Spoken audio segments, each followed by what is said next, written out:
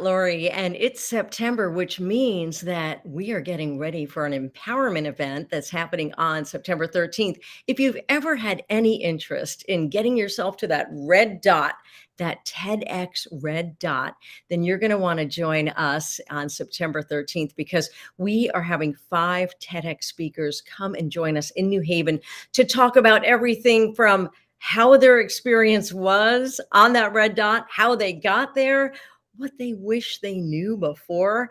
And if you are interested in doing a TEDx talk, you can ask these speakers anything you want.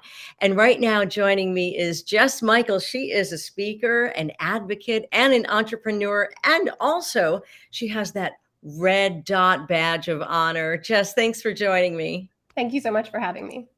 So, Jess, tell me a little bit about what interested you in doing a TEDx.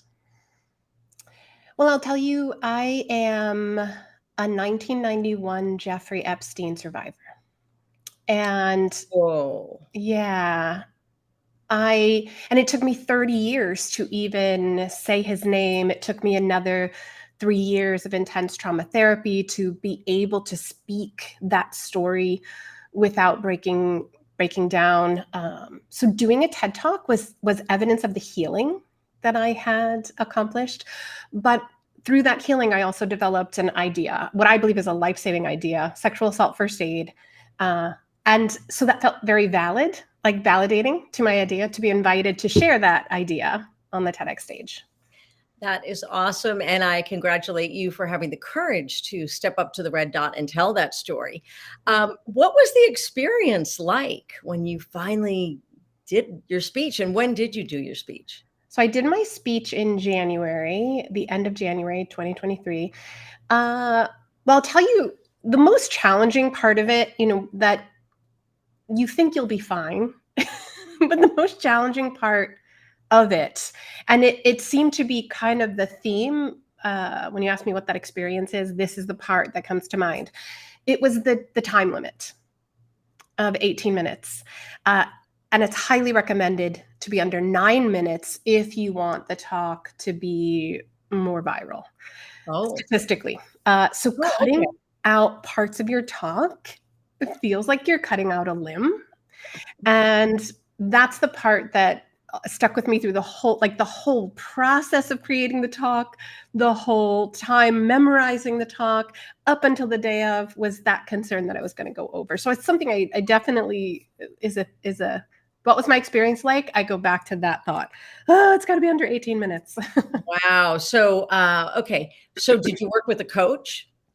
I have a speaking coach, but I also, because my idea really has to eclipse a lot of different demographics, a lot of different industries, I would say I had 12 to 15 different audiences that listened to my talk and helped give feedback over the 2 months before.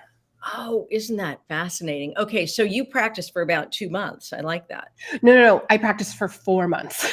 But it was the initial writing was the first 2 months, and then the practicing, getting feedback and honing took another 2 months. Oh, okay. Whew. So how was it life-changing for you doing the TED Talk? What did it do for you? So it did something that I didn't expect. And this is something that was a huge moment for me that made doing the TED Talk worthwhile in a way that I had no idea that it was going to affect me this way. So because of that time limit, and if you don't go within that time limit, there's a chance that you won't be uploaded to the TED YouTube channel if you go outside that time limit. Okay. And so it's really imperative that you stay under it. And the whole week before, I wasn't able to stay under it. I was going over it. You were trying to stay under the 9-minute, but not the 18-minute. I was trying to stay under the 18. There was no way I was going to get it to 9. That's tough. Yeah. So I was trying to stay under the 18, and I kept hitting 19, 20, 21 and a half. And so I'm stressing. And what happens when I stress, because I'm someone living with post-traumatic stress disorder from this event, which is why I've created Sexual Assault First Aid to hopefully no one else will ever have to go through post-traumatic stress disorder from this. The stress was creating brain fog, like serious brain fog. And then I wasn't able to memorize. And then I was having a panic attack about 3 days before. Oh boy. And it was an awful feeling. And I connected with my trauma therapist, and I was like, I'm not going to remember this. It's going to fail. Everything I've worked for the last 3 years, it's not going to work. And she very beautifully, knowing me well now after 5 years, she texted back, you can trust yourself. You've done harder things. You've spoken before many more people, because there was only supposed to be 100 people in this audience. It was a small event. And I've spoken in front of hundreds of people. And so in that moment, I just started crying, because I think the fear for me was that just like I froze when I was assaulted at 22, I was going to get up there and I was going to freeze again. And so I get to the talk, and rehearsal, it was fine. My time was fine. So I wasn't as worried. We get to the day of the talk, and I'm starting to get nervous, because I'm the finale speaker. So I'm sitting there from 8 a.m. to 3 o'clock waiting to speak.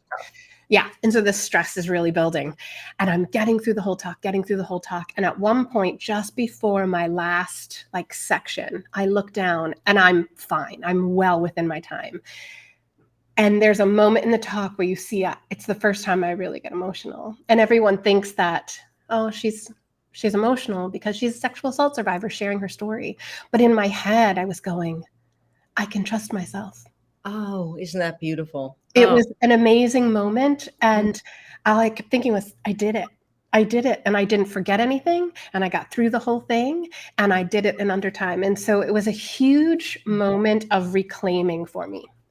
That's very validating. And I can imagine how nerve-wracking it was having to wait there the entire day for your turn. In your head, you're like, do I practice? Do I stop practicing? Do I trust myself? Do I know where I'm going? But it's interesting how your mind does remember.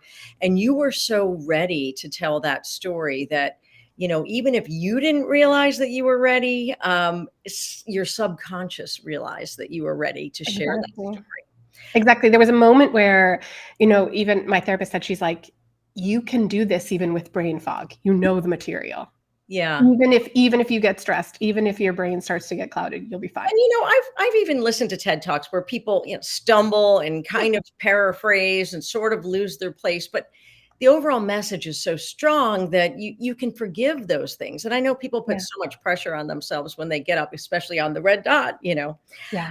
So I did watch your talk, and it was fabulous, and I would totally recommend it to anybody that would be interested in hearing someone really speaking from the heart, because this one just drew, you had a little bit of humor in there. You had you pulled on my heartstrings. It had a little bit of everything. And let me ask you, now, we're going to be having this meeting on September 13th. You're going to be coming to New Haven, and you're going to be speaking about your experience.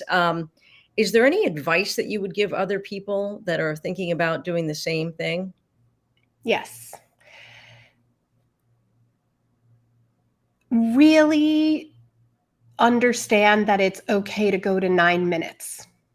Really aim for that 9 minutes, because as much as you believe, in retrospect, as much as I believed every single part needed to be in, I can now look back at pieces and go, I could have taken that out and still gotten across my one idea. I was trying to solve so many parts of the problem.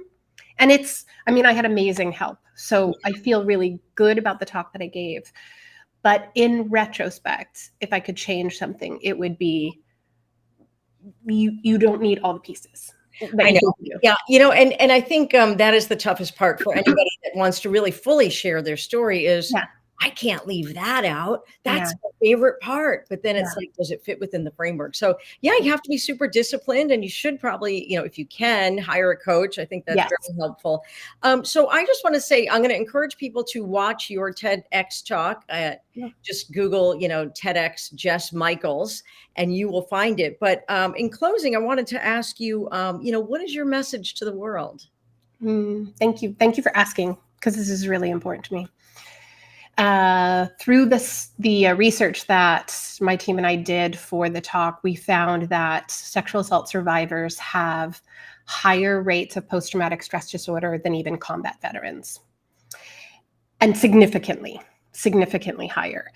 And so we believe one of the remedies for that is if we start to think about and recognize sexual assault is an injury. It's an injury. And just like if you break your leg, if you don't address it right away, that injury turns into something that is debilitating for your life. If you address it right away and you get it set, you get surgery if you need to fix a bone in that broken leg, and then you can go on with your life, it can heal.